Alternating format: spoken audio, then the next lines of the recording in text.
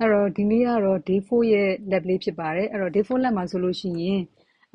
သူက machine learning ရဲ့ project structure ကိုဒီချခိုင်းတယ်ပေါ့နော်အဲ့တော့ထုံးစံအတိုင်းခဏဆောင်လိုက်ပါမယ်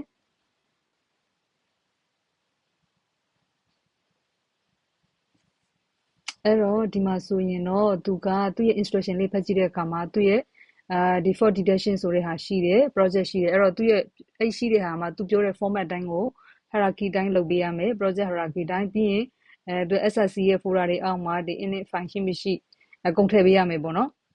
ပြီးရင် requirement.txt ထဲမှာဒီဟာတွေရှိရမယ်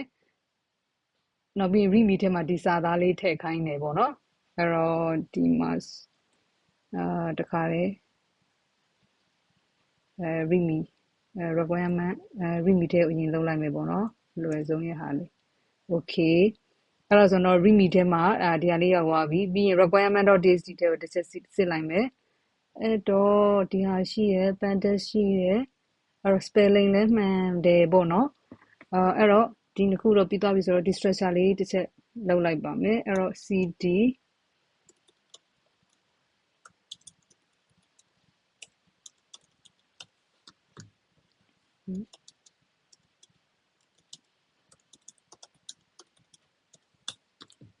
အဲ့တော့ဒီထဲကိုဝင်လိုက်ပြီပေါ့နော် okay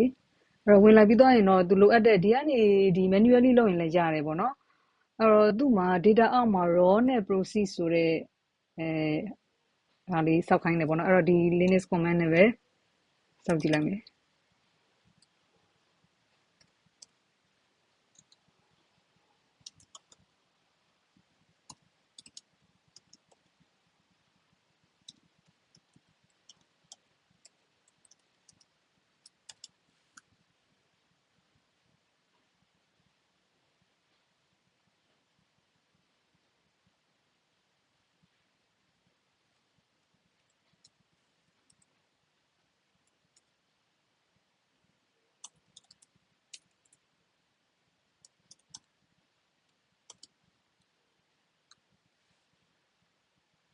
spelling ကိုတစ်ချက်ပြင်တခြားအောင်စစ်လိုက်မယ်ပေါ့နော် raw ရယ်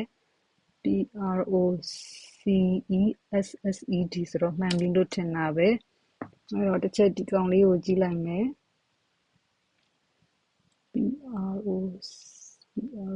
processed ဆိုတော့ okay အဲ့တော့ကျန်တဲ့ဟာလေးတွေစက်ကြည့်လိုက်မယ် model ကတော့မှန်တယ် notebook လည်းမှန်တယ် SRC အောက်မှာအာဒီ folder က data features လုံးပေါင်းမှားနေတယ်ဆိုတော့ဒီကနေပဲတခါလေးပြင်လိုက်မယ် as ပါရမယ် models ကတော့မှန်တယ်ဒီမှာလည်းအဲ့ဒီအတိုင်းပဲ rename မှာ as ပါတယ်အဲ့တော့နောက်တစ်ခုက test နဲ့ config ဆိုတဲ့ဟာရှိသေးတယ်ပေါ့နော် test နဲ့ config ကဒီကနေ right click နဲ့လုပ်ရင်လည်းရတယ်တခါလေး folder ဆောက်လိုက်ရင်လည်းရတယ်ပေါ့နော်အဲ့တော့သူ့ရဲ့ပြောတဲ့အတိုင်း SRC ထဲမှာ init file လေးတွေတစ်ခုချင်းစီရှိရမယ်ဆိုတဲ့ဟာကတော့သူ့မှာတော့ရှိတယ် NID ရှိတယ်okay ဒီကနေ test အဲ့တော့ဒီမှာတစ်ချက်ကြည့်လိုက်မယ်ဒီမှာ data ရှိတယ် models ရှိတယ် notebooks ရှိတယ် SRC ရှိတယ် test ပြီးတော့ရင် config အဲ့တော့ conf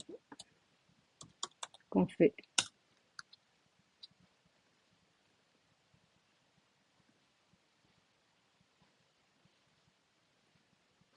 အဲ့တော့ config ပေါ့နော် config okay အဲ့တော့ config ရဲ့ test ရရှိမယ် data အောက်မှာဒီ folder နှစ်ခုရှိမယ် model ကတော့ဘာမှမပြောထားဘူး notebook လည်းဘာမှမပြောထားဘူး SRC အောက်မှာတော့ data ရဲ့ features ရဲ့ models ရဲ့ util ရဲ့ရှိတယ်ပေါ့နော်အဲ့တော့သူပြောထားတဲ့အတိုင်းဒီ file တစ်ခုချင်းစီလည်းရောက်နေတယ်နောက်တစ်ခုကဒီ requirement.txt ပေါ့နော် requirement.txt ထဲမှာလည်းသူပြောတဲ့၄ခုလို့ရှိနေပြီreadme ထဲမှာလည်းသူပြောတဲ့ file detection ဆိုတဲ့ဟာလေးထည့်ခိုင်းထားတယ်ဆိုတော့ machine learning project အတွက်လိုအပ်တဲ့ဒီ library တွေ project folder တွေစောက်ခိုင်းတာပြီးပြီလို့ထင်တယ်အဲ့တော့မှန်မှန်ကို check နှိပ်ကြည့်ပါမယ် spelling တွေလည်းမှန်တယ်လို့ထင်ပါတယ် okay အဲ့ဒါဆိုရင်တော့ဒီနေ့လက်ကလေးကတော့အောင်မြင်နဲ့ပြီးသွားပါပြီ store လုပ်လိုက်ပါမယ်ရှင်